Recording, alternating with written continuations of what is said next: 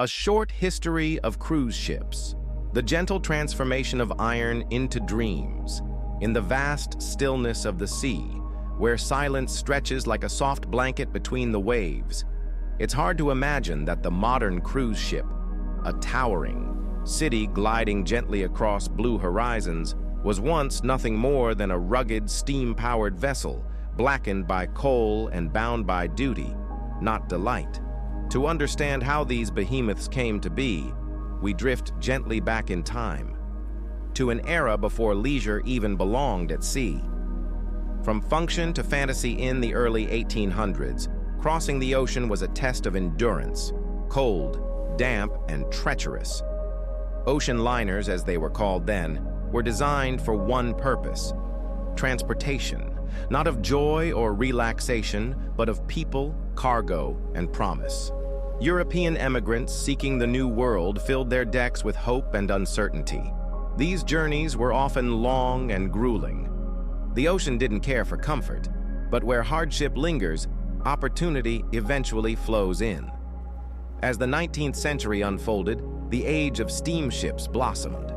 Large companies like Cunard Line and White Star Line emerged, names etched quietly into the history of ocean travel. Their ships, like the RMS Britannia or the more famous RMS Titanic, were not built for fun. They were floating bridges between continents. Their interiors began to reflect a sense of prestige and status, but mostly for first-class passengers. For everyone else, the voyage remained utilitarian, bordering on harsh. And yet, the seeds of leisure had been sown. The birth of pleasure, voyages. The notion of sea travel purely for pleasure, to feel the wind in your hair without the urgency of arrival, began quietly in the mid-19th century. In 1844, a British company called P&O, the Peninsular and Oriental Steam Navigation Company, offered the first cruise-like voyage, not across the Atlantic, but around the Mediterranean. With port calls in romantic-sounding destinations like Alexandria, Athens, and Constantinople, these were marketed to wealthy Europeans not as a necessity, but as a luxurious experience. People didn't need to cross the sea. They wanted to. The idea was still rare. Leisure at sea was a luxury reserved for the elite.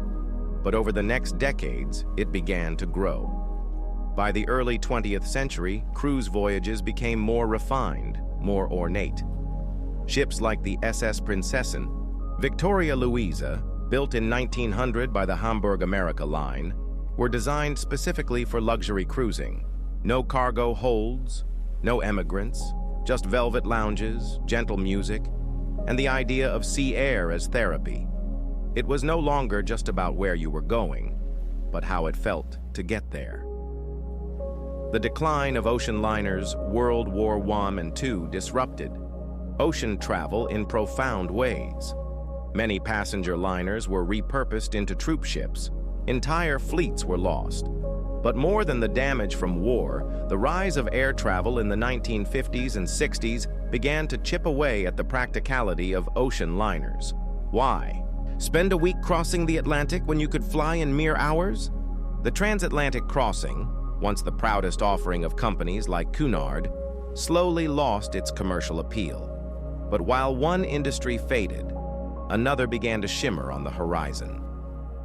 In 1965, a man named Ted Arison founded Norwegian, Caribbean Line. His idea was simple. Cruises shouldn't just be about the ship or the destination. They should be about fun. The cruises would be short, affordable, and based out of warm, inviting ports like Miami. The blueprint for the modern cruise had arrived. It was the beginning of what we now call the modern cruising era. Floating resorts and the rise of the megaship. Throughout the 1980s and 1990s, ships grew bigger and bolder. Cruise lines like Royal Caribbean and Carnival introduced an entirely new model. The ship itself became the destination.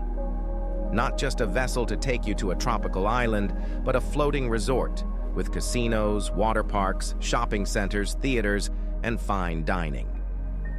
For many passengers, disembarking became optional, and so, slowly and softly, the industry reshaped itself. From steel hulls and smokestacks to glass elevators and gourmet buffets, ships were no longer about getting from A to B. They became about joy. They became dreams at sea, today and tomorrow. Today's cruise ships are among the most complex structures ever built. The largest ones, like Royal Caribbean's Icon of the Seas, can carry nearly 10,000 people, including crew. That's the size of a small town, drifting peacefully across the waves. From humble emigrant ships to luxury floating cities, the cruise industry has become one of the most fascinating business transformations in modern history. And now, with this gentle context behind us, we begin to ask, how do these floating resorts turn joy into profit? How do cruise lines keep their dreams afloat financially? But we'll get there soon. Let the story continue slowly, one wave at a time. How cruise ships make money softly drifting through the business of leisure. In the quiet hours of early morning, when the sea is a mirror and the ship glides without sound, you may find yourself wondering, how does it all work? How can a floating palace like this, filled with restaurants, theaters, pools, and crew members from all over the world, sustain itself? How does it remain profitable, voyage after voyage? In this chapter, we'll take our time. No rush. Just a slow and gentle unraveling of how cruise ships, these serene giants of the sea, make their money. Let us begin with what most people think of first, the ticket. Every cruise begins with a booking. Someone, somewhere, is sitting at their laptop or on the phone, choosing their destination, selecting their dates, picking a cabin. It may be a young couple searching for adventure, a retired pair dreaming of sunshine, a family hoping to escape into something simple and fun. And when that final confirmation is clicked, a cruise has been sold. But here's the quiet truth. That ticket, that base fare, is only the start of the story. In many cases, it's not even the part where the cruise company earns its profit. Ticket sales form the foundation.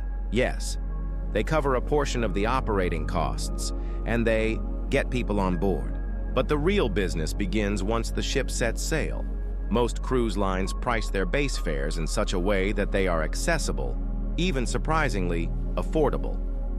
You might find a week-long cruise for the cost of a weekend at a decent hotel. On land, it seems like an incredible bargain, and in many ways, it is.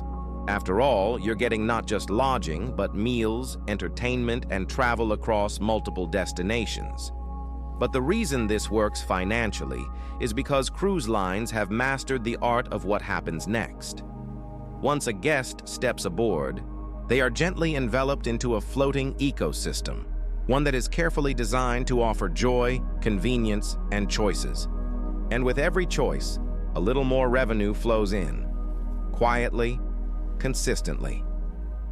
Let's float through the different ways a cruise earns, softly and without hurry. One of the most significant contributors to onboard income is beverages.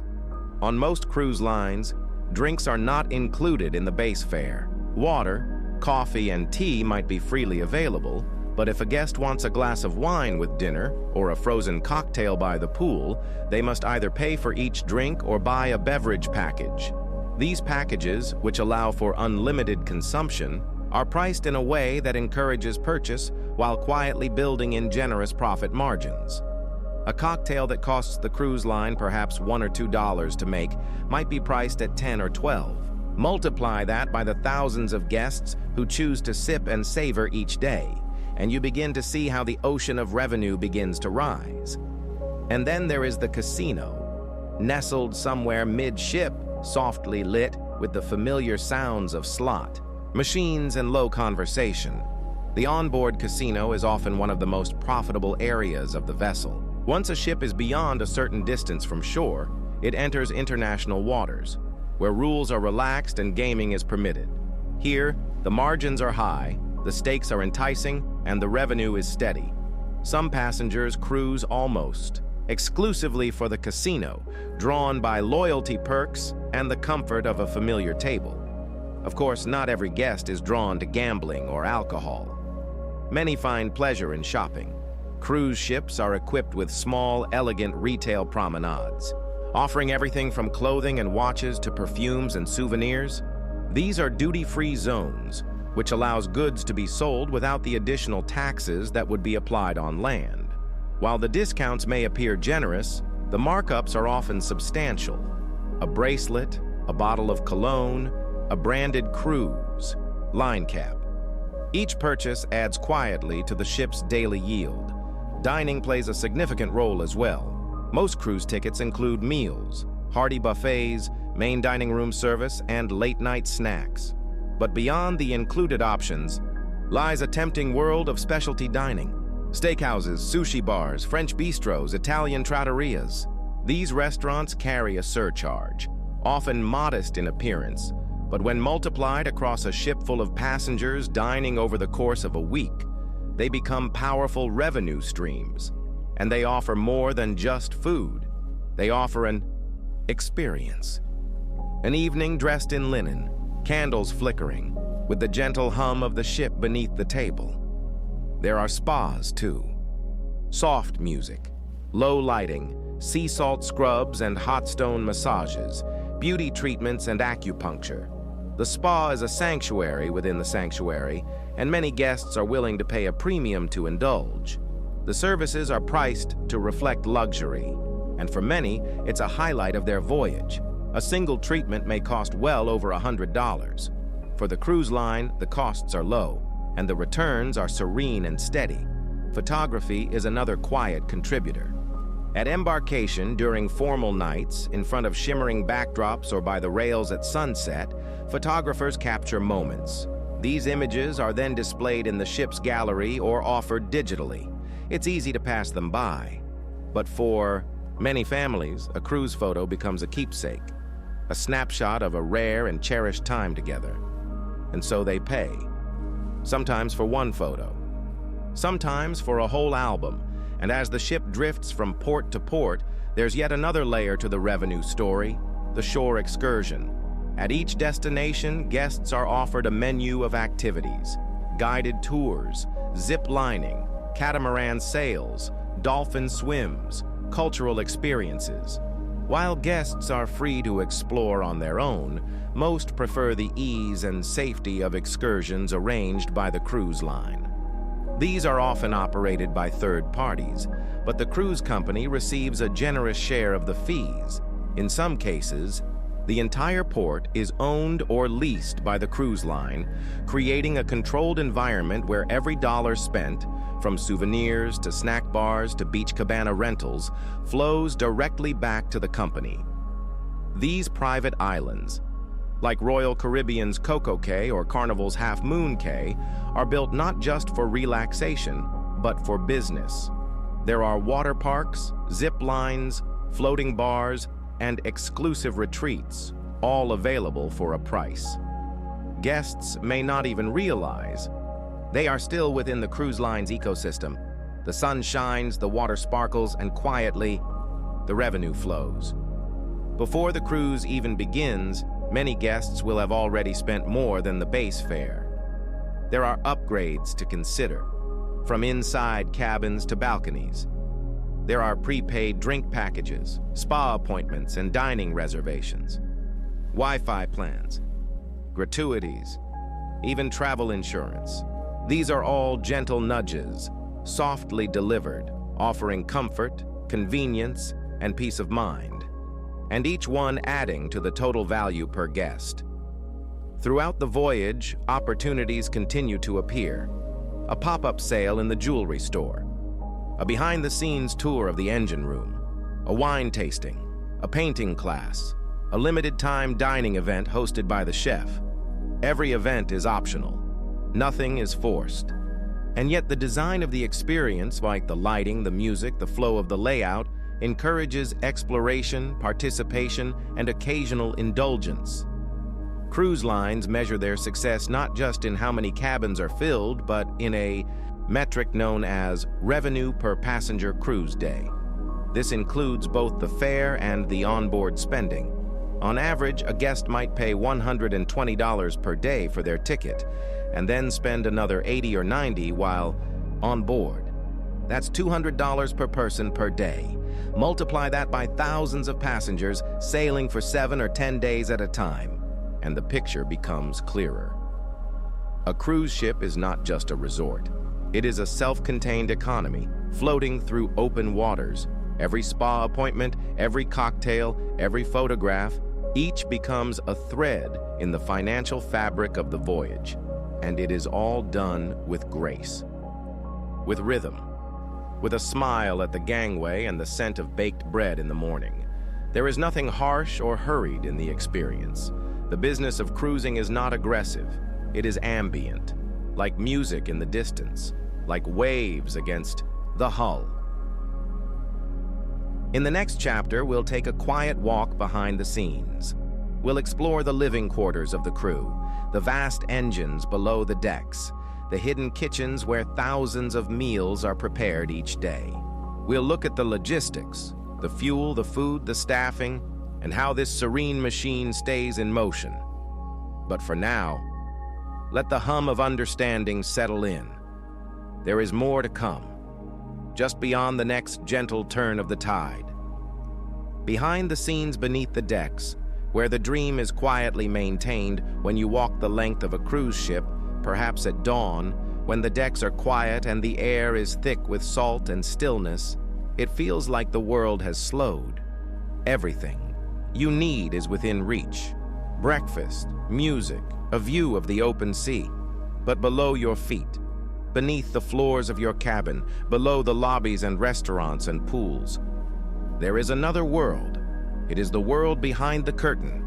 It is where the true engine of the cruise, not just the mechanical engine, but the human one, resides. In this chapter, we'll move softly through these hidden layers. We'll visit the crew quarters, the engine control rooms, the vast laundries and kitchens and waste management systems that keep the floating city not only alive, but clean, safe, and inviting. This part of the ship is not shown in brochures. It has no balconies, no piano music. But without it, the cruise, the one filled with champagne and sea breezes, would never sail. Let's begin at the core. Deep. In the belly of the ship, far below the glittering lounges and staterooms, there is a room that hums constantly. It is filled with pipes, gauges, computers, and heat. This is the engine room, or more precisely, the engine control room, known among crew as the ECR. Most modern cruise ships no longer rely on traditional engines that drive propellers directly. Instead, they use diesel-electric propulsion. Massive diesel engines, each the size of a small bus, burn heavy fuel oil or marine diesel to generate electricity. This electricity powers not just the propellers, but every light bulb, every air conditioning unit, every elevator, every computer. The entire ship runs on this closed electrical loop. The engines run constantly. They never stop. As long as the ship is moving, as long as the buffet is open and the stateroom lights flicker on, those engines are burning fuel, and it is a lot of fuel. A large cruise ship can burn tens of thousands of gallons of fuel per day. The cost of this fuel is one of the largest operational expenses a cruise line faces. To manage this, fuel is purchased in bulk, often months in advance, and stored deep within the ship's hull. Engineers monitor burn rates constantly, adjusting routes and speeds to optimize fuel use. This is called slow steaming, sailing just a little more gently to save just a little more.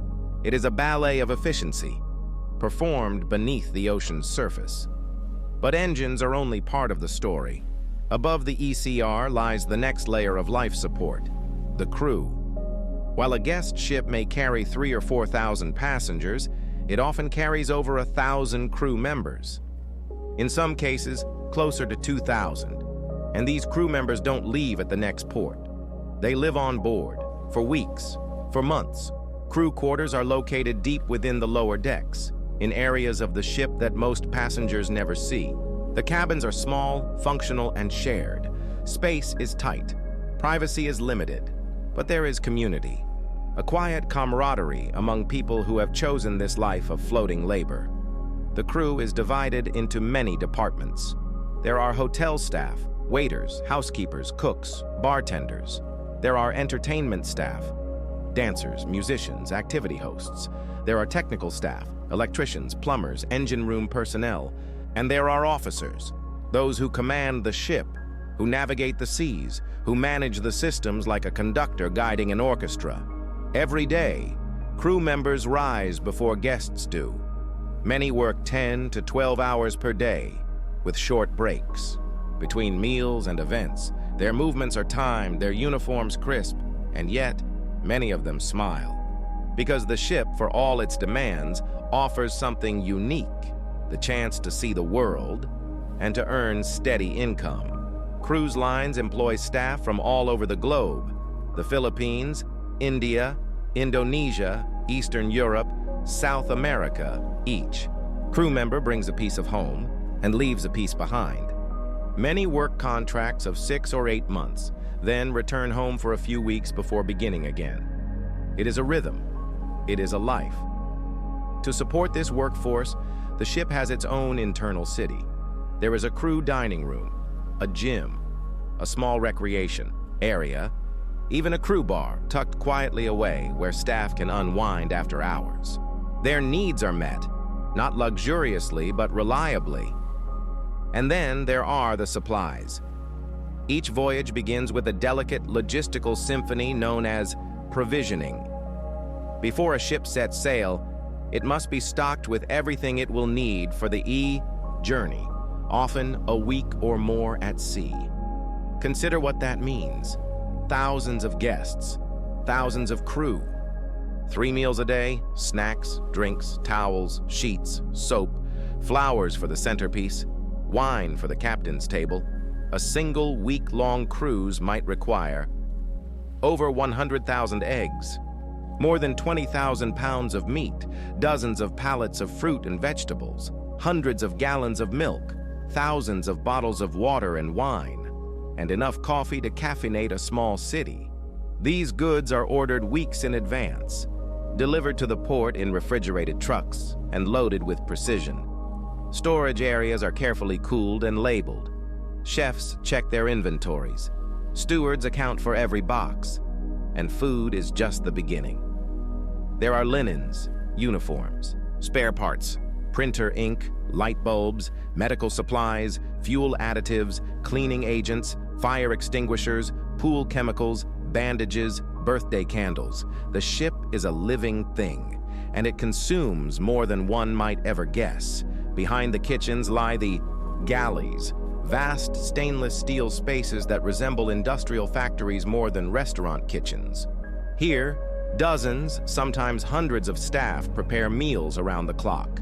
There are separate stations for meat, fish, vegetables, pastries, bread, massive ovens and cold storage rooms, conveyor belts for dirty dishes, steam kettles that could bathe a horse.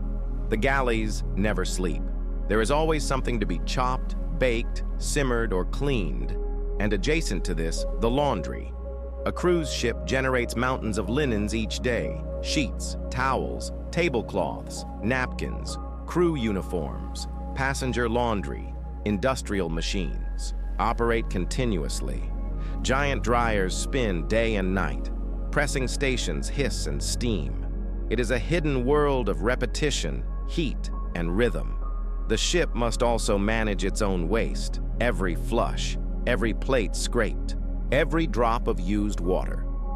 Wastewater is treated on board in specialized facilities that meet strict environmental standards. Food waste is collected, processed, sometimes dehydrated.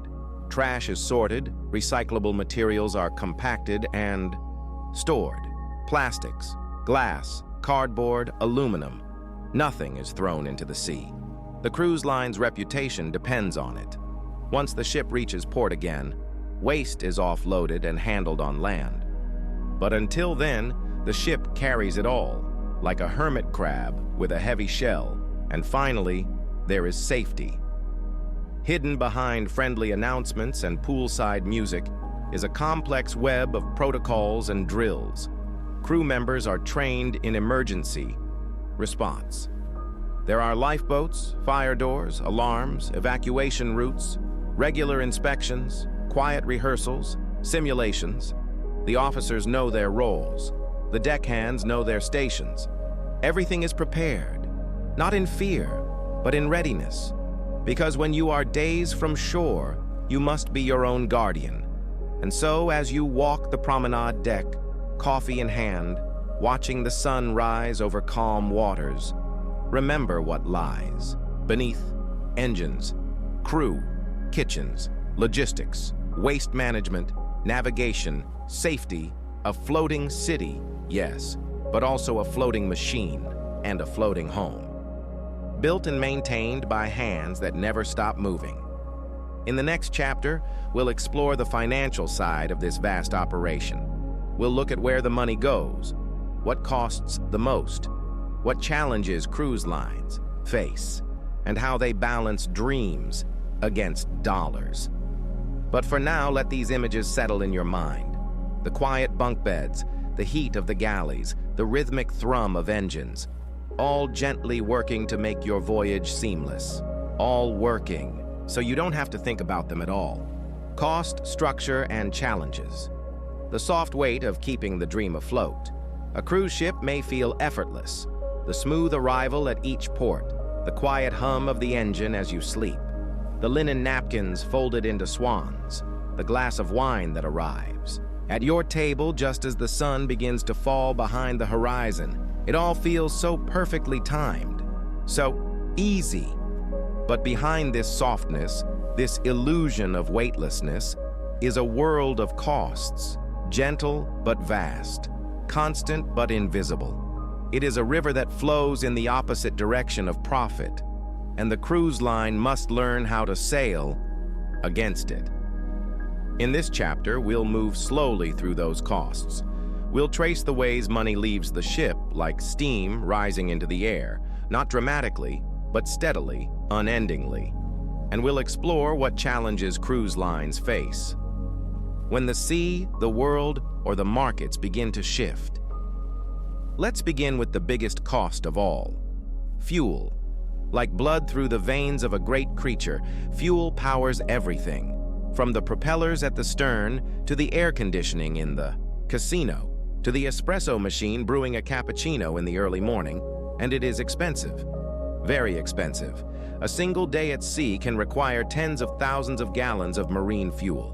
Multiply that by 7 days, then by hundreds of ships, and you begin to understand why fuel is the first thing every cruise executive watches every single day. But fuel is not just a number on a spreadsheet. It's an unpredictable, global dance. Oil prices rise and fall with wars, with elections, with embargoes, with storms. A single political crisis can ripple through the oil markets, and suddenly, the cost of running every cruise in the fleet has doubled. To manage this, cruise lines hedge. That means they lock in fuel prices months or even years in advance, hoping to protect themselves from spikes. Sometimes it works, sometimes it doesn't.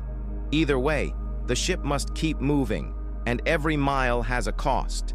Next is labor. Not the kind you see, though the smiles and songs and turned-down chocolates are part of it. But behind the scenes, there are engineers and electricians, bakers and butchers, cleaners and compliance officers. Thousands of people on each ship, tens of thousands across each company. Cruise lines recruit globally, especially from countries where wages are lower but training is strong. This helps control labor costs. But even with modest salaries, the scale is enormous. Each crew member must be paid, housed, fed, trained, uniformed, insured, flown to and from the ship. And then there's turnover. Contracts end. People return home. New staff must be flown in, retrained, reacclimated. It's like running a hotel, a restaurant, a performance venue, and an engineering firm, all in one, except the entire staff lives on site, 24 hours a day, and the hotel is floating. Then there is food. This one is softer, less sharp, more familiar. Every croissant, every steak, every shrimp cocktail, every cup of coffee, every pancake flipped at breakfast, every fruit sliced into the shape of a flower.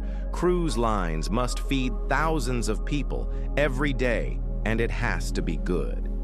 Guests expect variety, freshness, quality, and it's not just 3 meals. There are buffets, midnight snacks, room service, ice cream on deck, captain's dinners, specialty restaurants, vegan options, gluten-free options, birthday cakes made to order. The cruise line must plan for it all, and they must make sure nothing runs out. Running out of lobster is an inconvenience. Running out of bread is a crisis.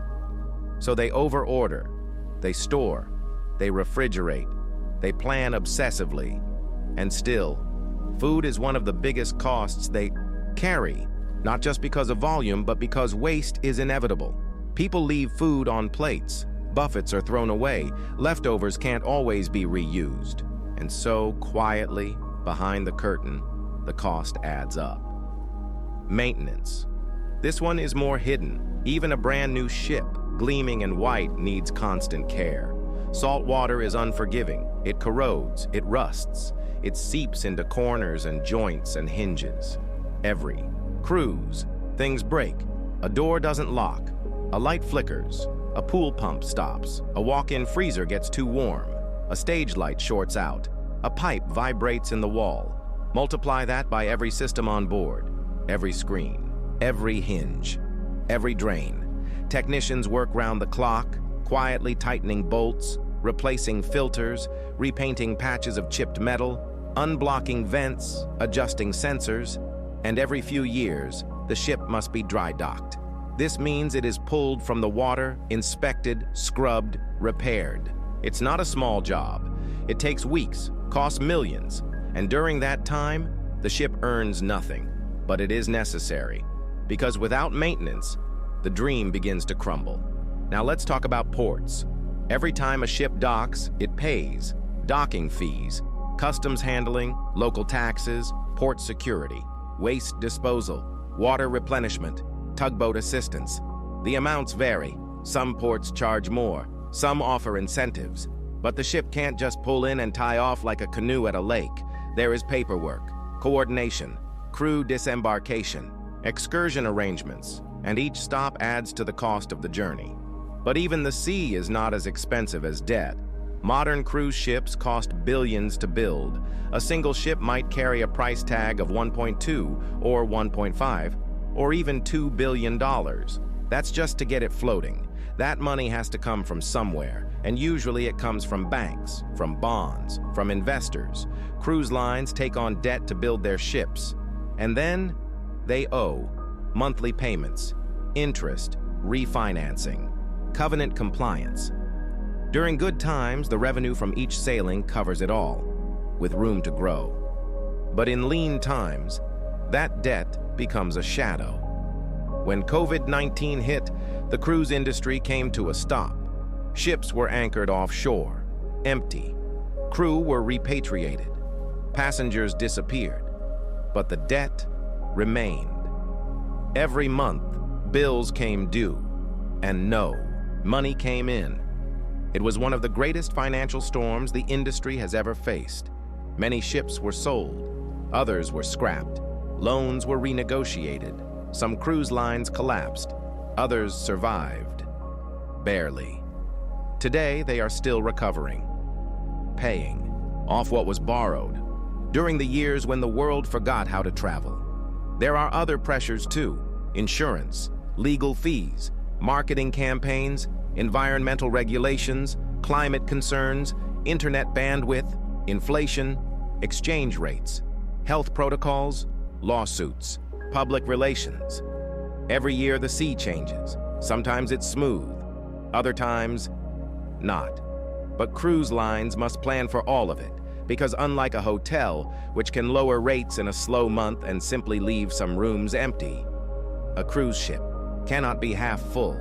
It costs nearly the same to sail with half a ship as with a full one, which means every unsold cabin is a loss.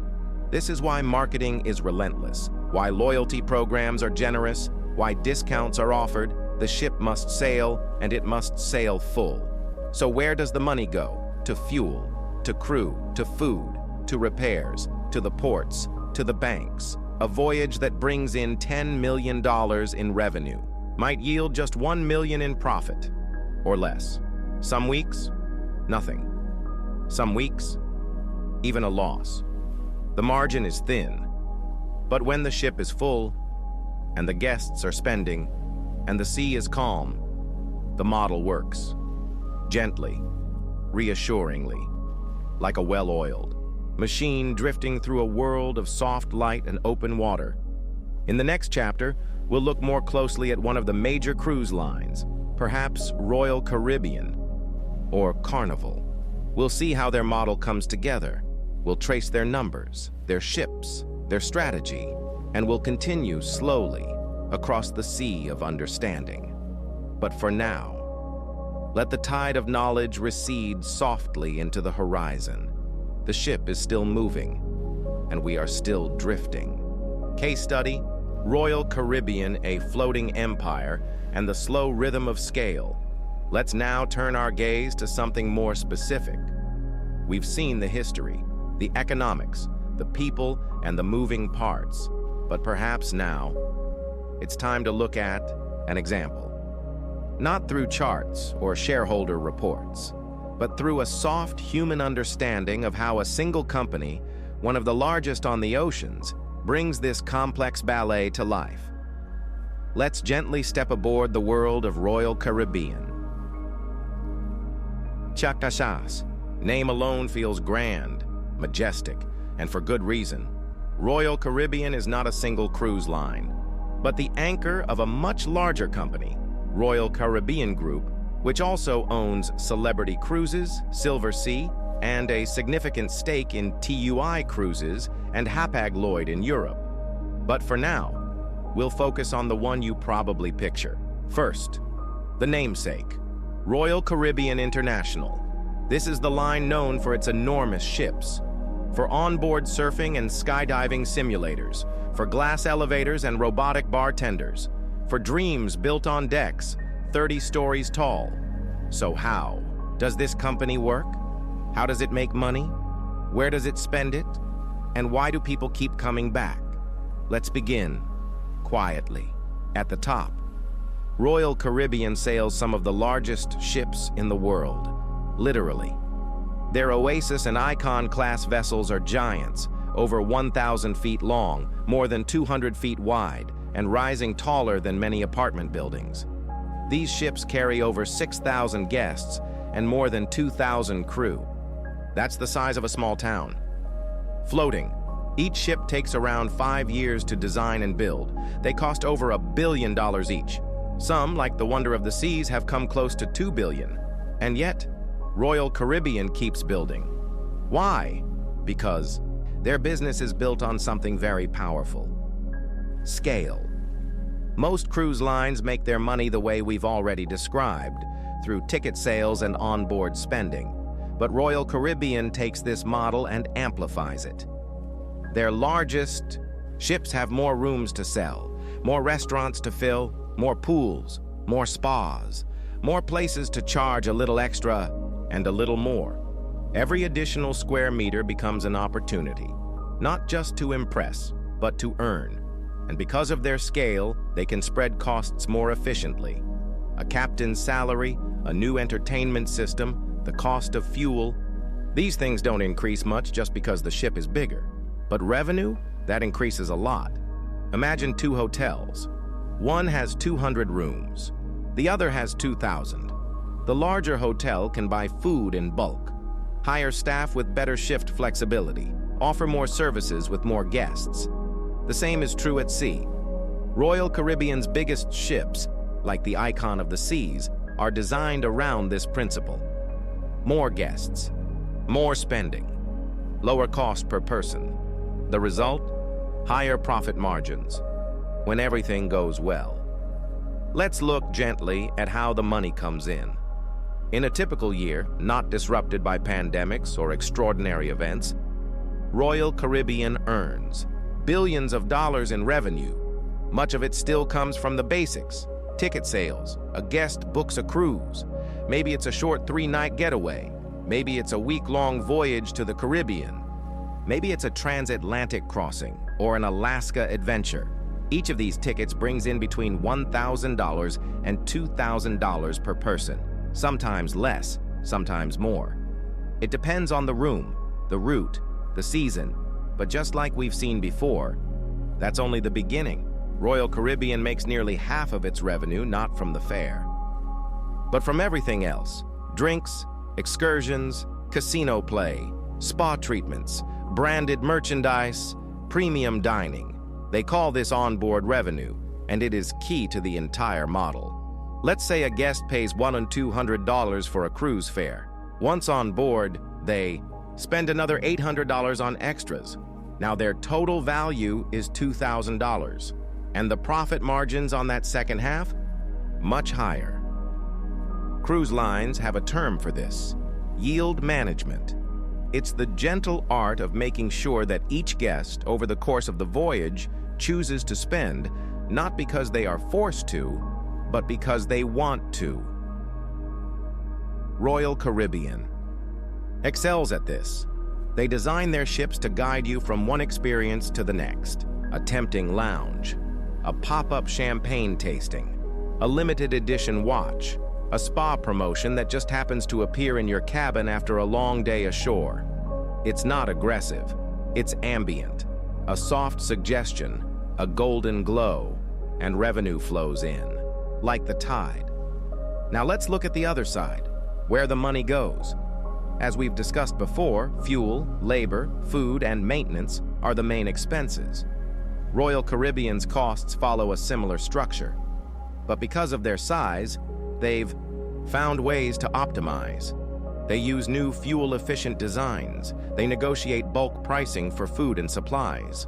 They build private islands, like Coco Cay, where they control the entire guest experience from ship to shore. This last point is important. By owning the destination, they keep all the revenue. Instead of splitting tour profits with local providers, they can offer cabanas, water parks, zip lines, and floating bars, and keep the entire margin. It's part of a long-term strategy, not just to sail the sea, but to shape the destination itself. Of course, none of this is without risk. These enormous ships cost billions. They require years of planning, and the debt behind them is vast. Royal Caribbean, like its peers, carries billions of dollars in loans and bonds. This means every quarter they must perform. The ships must sail full. The guests must spend. Oil prices must stay reasonable. The global economy must remain calm. It's a business of scale, yes, but it's also a business of fragility. In 2020, when COVID-19 stopped all sailings, Royal Caribbean lost billions. Ships were anchored offshore. Crew were sent home. Revenue went to zero. And yet, they survived. How?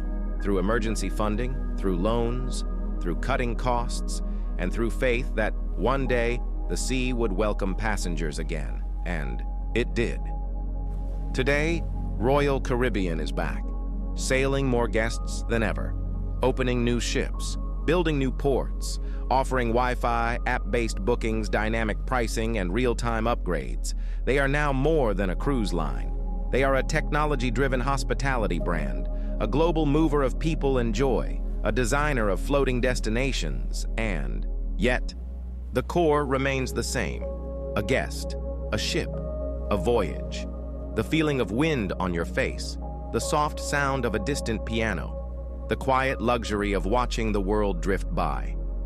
And so, that is Royal Caribbean, a business, yes, but also a dream. One powered by steel, steam, and spreadsheets, but also by smiles and stories and sunsets. In the next chapter, we'll explore how all of this, the design, the layout, the flow, is orchestrated to maximize revenue, yes, but also to gently lead the guest toward joy. Because every path, every light, every scent is designed with care. We'll talk about the psychology of cruise design and how the shape of a hallway can shape the outcome of a business. But for now, let the facts drift out to sea and let your thoughts drift with them. How they design experiences to maximize profit, where space becomes suggestion and light leads the way. If you've ever walked through a cruise ship and found yourself smiling at nothing in particular, that was not an accident. If you turned a corner and suddenly heard soft piano music. If you found a gelato cart just as the afternoon sun peeked through the skylight. If you walked into the perfume shop only because the corridor curved you into it, that too was no accident. Cruise ships are not designed like buildings. They are designed like dreams. And every dream, however gentle, is built with intention. In this chapter, we'll explore how cruise lines, like careful storytellers, design their ships to create joy and quietly to invite spending. Not with pressure, but with possibility. Not with loud signs, but with a gentle tug, like the tide pulling at your ankles. We'll wander through the architecture, the lighting, the music, the furniture, the smells, the flow of foot traffic, all shaped to whisper one phrase again and again. You deserve this. Let us begin, where most journeys do, at the entrance. From the moment you step aboard a cruise ship, your senses are engaged. The air is cooler, drier. Soft music plays, not loud enough to notice, but just loud enough to feel. A staff member welcomes you with a smile that feels unhurried. A flute of champagne appears, or perhaps just a chilled towel in the heat. You are no longer in port. You are somewhere else. The gangway leads you into the atrium, the heart of Vi, the ship. And here, the design begins to shape your experience. The ceilings are high. This is deliberate. Height equals grandeur. Space feels expensive. And when you are surrounded by space, your mind believes, quietly, that you are somewhere valuable. You look around. A sweeping staircase. A chandelier that sparkles. Glass elevators that glide like bubbles rising. Through champagne. Already you're no longer thinking about your luggage or your budget. You are thinking, this feels nice. The atrium is only the beginning. Cruise designers use a concept borrowed from urban planning called the spine. The spine is the central path, the main walkway that connects key areas of the ship. Like a main street through a small town, it is meant to be walked, meandered, discovered. But here's the gentle secret. It is curved slightly, not because straight lines are hard to build, but because straight lines are hard to monetize. When you walk a straight hallway, your destination is always in view. You walk with purpose. But when the corridor curves, your pace slows, your eyes wander. And as you turn that corner, there. It is a wine bar, a boutique, a gelato cart. And because you weren't planning to go there, it feels like a treat. Lighting plays its part too. There is no bright fluorescence, no harsh shadows. Instead, light is warm, focused. It pools around certain objects, a bottle of perfume, a cocktail shaker, a velvet armchair. Shadows soften the edges. Corners glow instead of hum. And everything feels more elegant. This is not accidental. Warm light makes people feel at ease. People who are at ease linger. And people who linger spend. The smell of baking bread, of coconut oil, of fresh citrus. Yes, even the smell is designed. Many ships now use subtle scenting, sometimes called ambient fragrance design, to create an emotional response in different areas. The spa might smell faintly of eucalyptus, the shopping corridor of sandalwood and jasmine, the casino, believe it or not, of vanilla and citrus, both scents shown to increase energy and confidence. You may not notice it, but your brain does, and it softens your resistance, opens your mood, encourages you to try something new. Now, Let's talk about lines. Cruise ships are full of them. Boarding lines, buffet lines, excursion lines. But the best designed ships hide them. They stagger boarding times, use colors instead of numbers, spread people out with music and open spaces. A short wait in a pretty place feels like no wait at all. The psychology is simple. If you feel like you're waiting, you feel like you're losing time, but if you feel like you're exploring, even if it takes longer, you're gaining experience. Cruise design leans into this, always.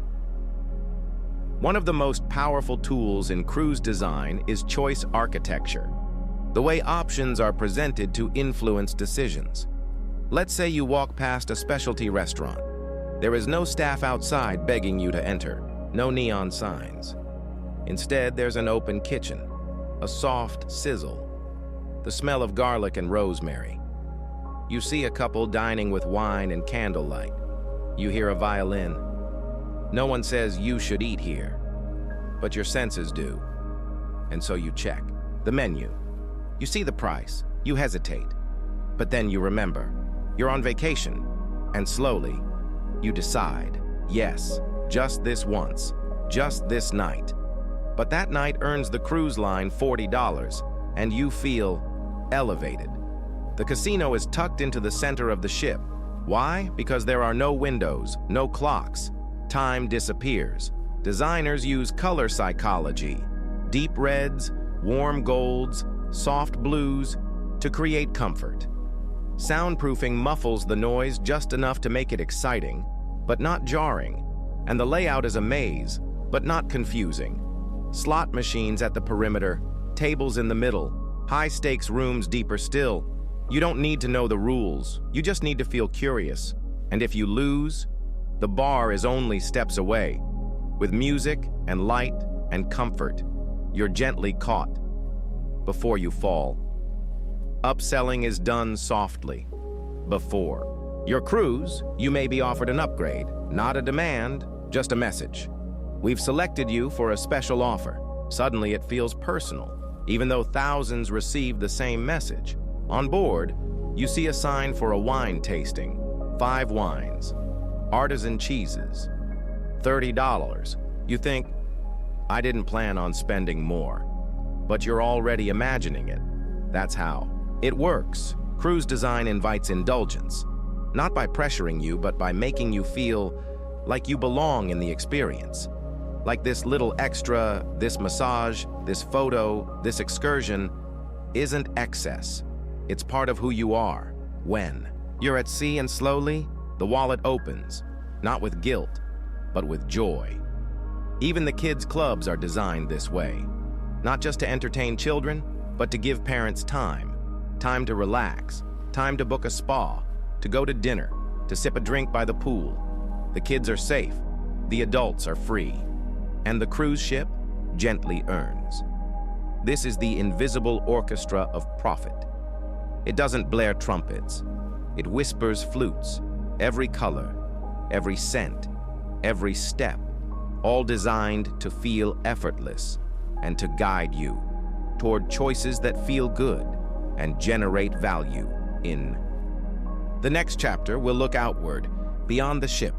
We'll explore the macroeconomics of cruising, how oil prices, health scares, geopolitics, and technology shape the fate of this floating industry.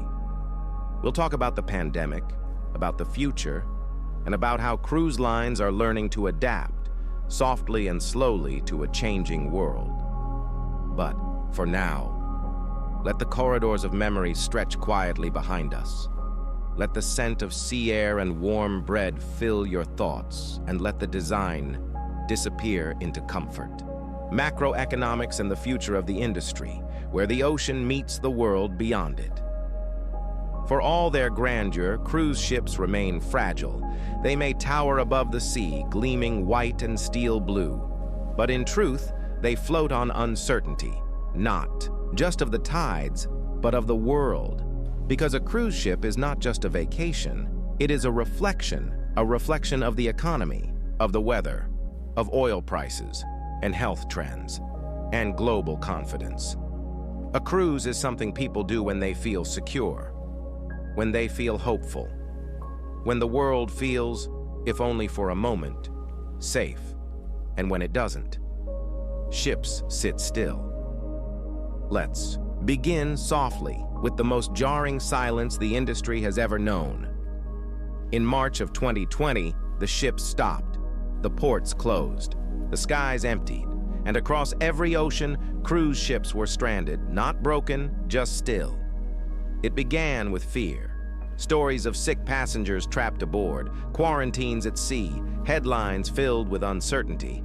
And then, one by one, countries refused to allow ships to dock. And so, ships floated. Not sailing, not docking, only drifting, thousands of passengers, tens of thousands of crew, and nowhere to go. In that moment, the entire cruise industry, an industry that had taken decades to rise, simply paused. Every ship, every voyage, every dream. What followed was extraordinary. Cruise lines saw their revenue fall from billions to zero. But their costs didn't fall to zero. The ships still needed power, still needed maintenance, still needed crews, even at minimum. The loans still came due, the debt still whispered, and so began a new kind of journey. Not one of pleasure, but of survival. Royal Caribbean, Carnival, Norwegian, the biggest names in the sea, scrambled to raise money. They took on more debt, sold off older ships, laid off thousands, paused construction, and waited. It was 2 years before the full fleet began sailing again. 2 years. And even now, the industry remembers that stillness. COVID-19 was a storm of a different kind. Not wind, not waves, but uncertainty. And in its shadow, the industry has had to rebuild itself, not just financially, but philosophically. Before the pandemic, cruises were growing rapidly. Bigger ships, more destinations, more exotic routes. Afterwards, things became more careful.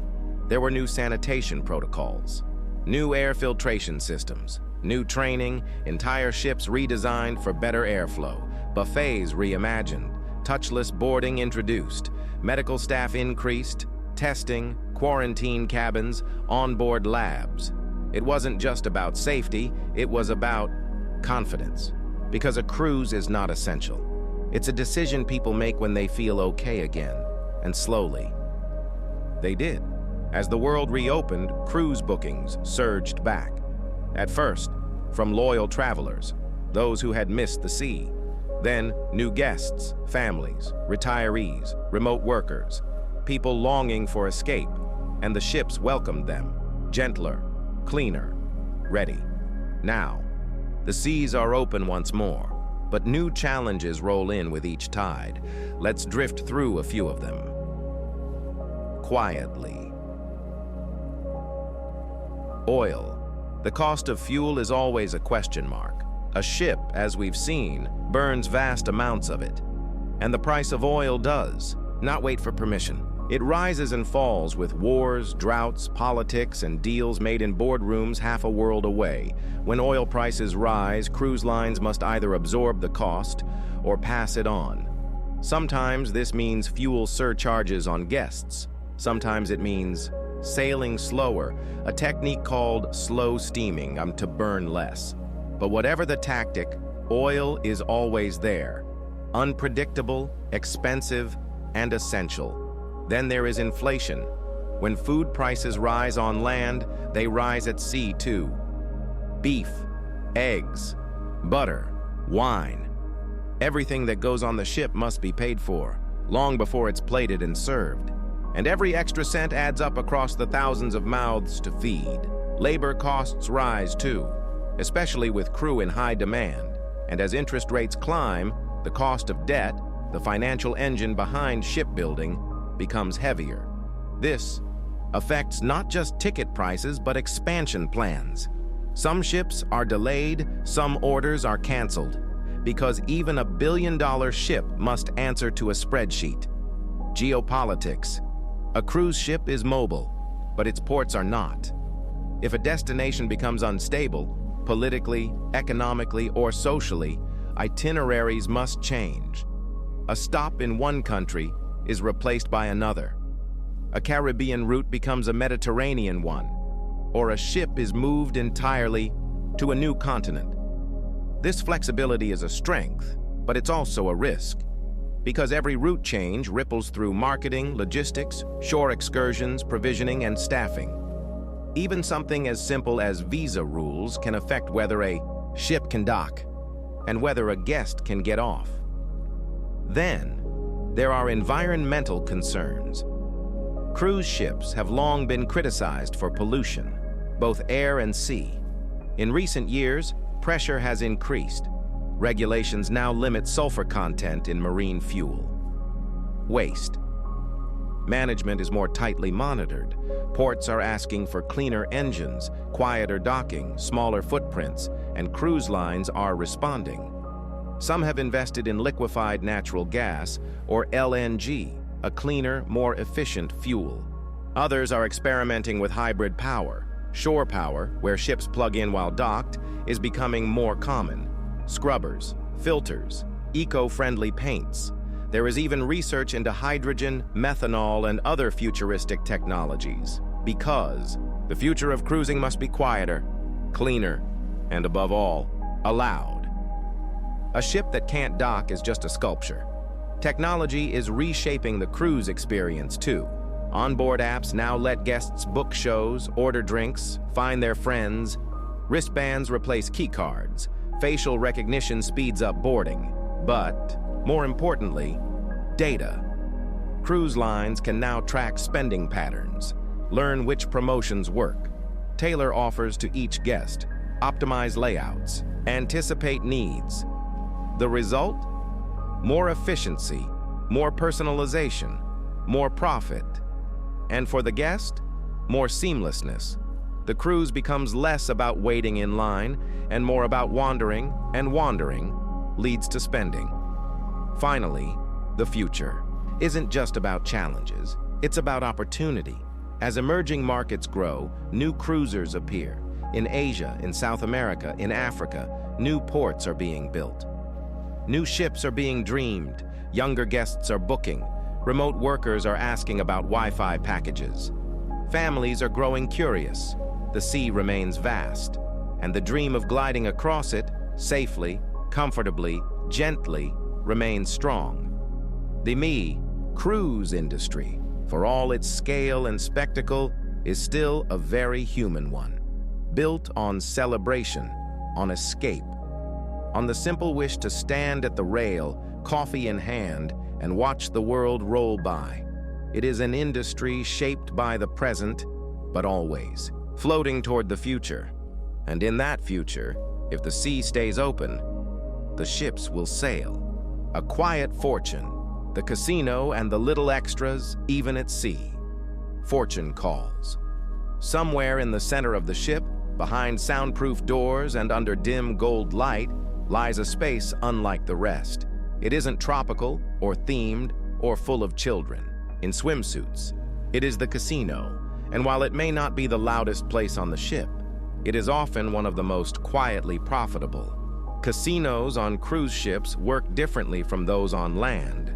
They don't need to market themselves with big neon signs or free buffets. They simply exist in just the right place, at just the right moment. You've just left dinner.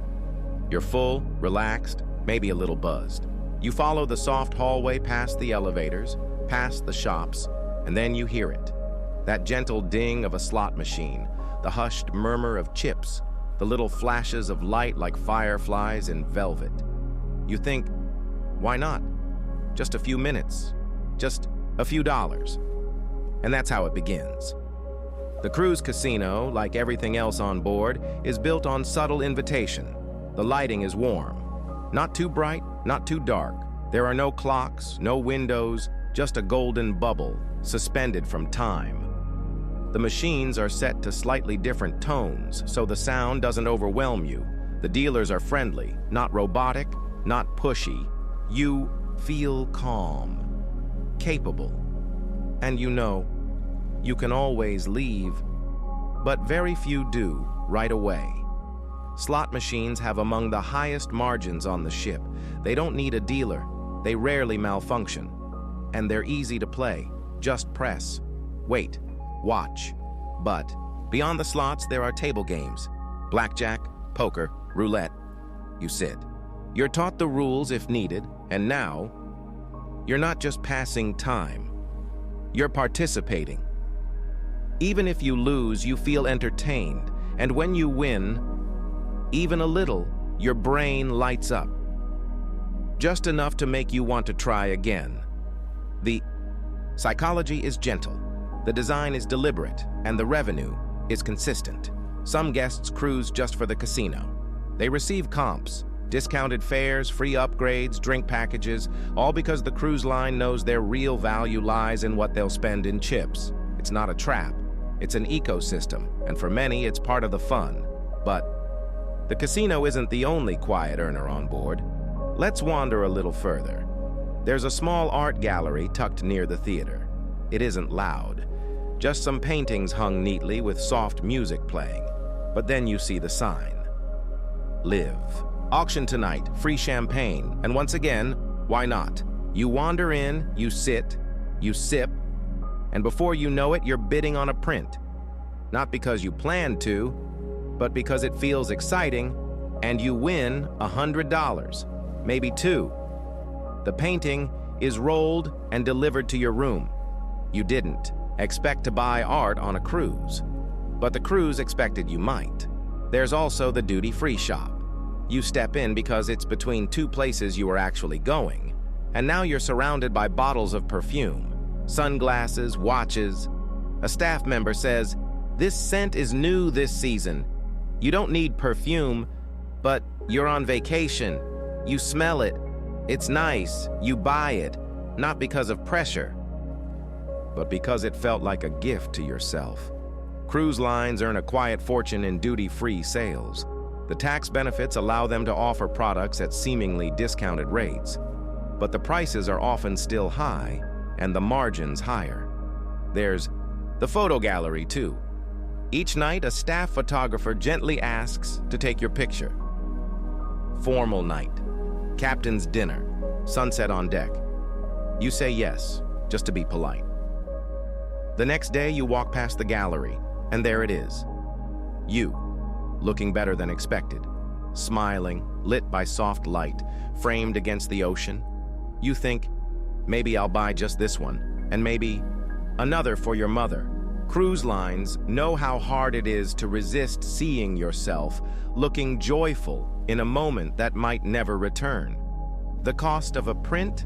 $20, $30. The cost to the cruise? Almost nothing.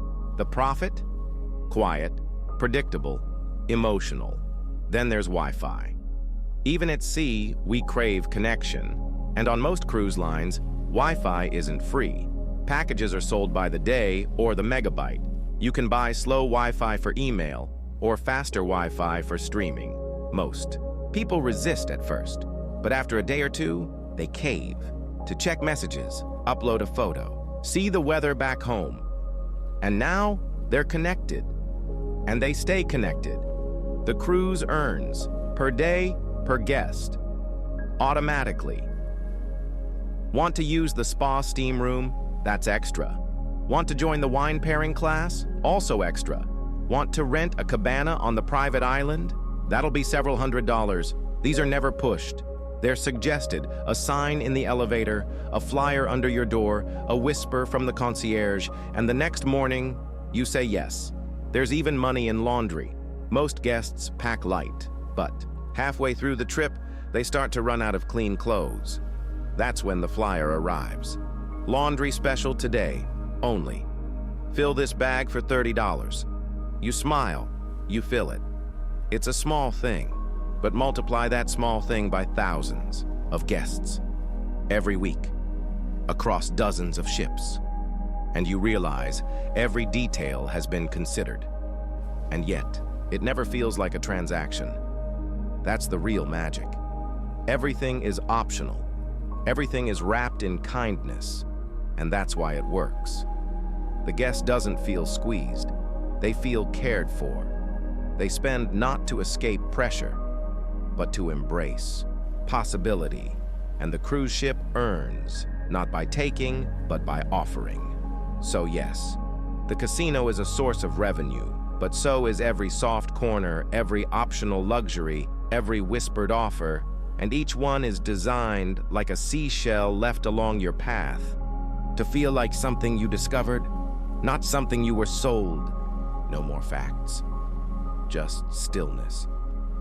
Let's breathe out now, not sharply, but like the tide pulling back from the sand. Everything we've shared, the history, the engines, the numbers, the psychology, the hidden corners, the dreams, it's all still there. But it doesn't need to be remembered. It was never meant to be held, only felt. You've wandered through a world you may never have thought deeply about before. And now it can recede, like footprints being slowly erased by water. This is the beauty of understanding without pressure. It rests with you, even if you don't notice it. A cruise ship, after all, does not ask you to paddle. It moves you gently, without demand. So too should this moment. Let go of the details, let go of the route, let go of your plans for tomorrow. Just let yourself be carried now, as though you too were floating between ports, with nowhere urgent to be. The ship is quiet, the lights are low, the sea is steady, and you are exactly where you need to be. And now, as the waves gently rock beneath us, let your thoughts drift away, wherever they may go.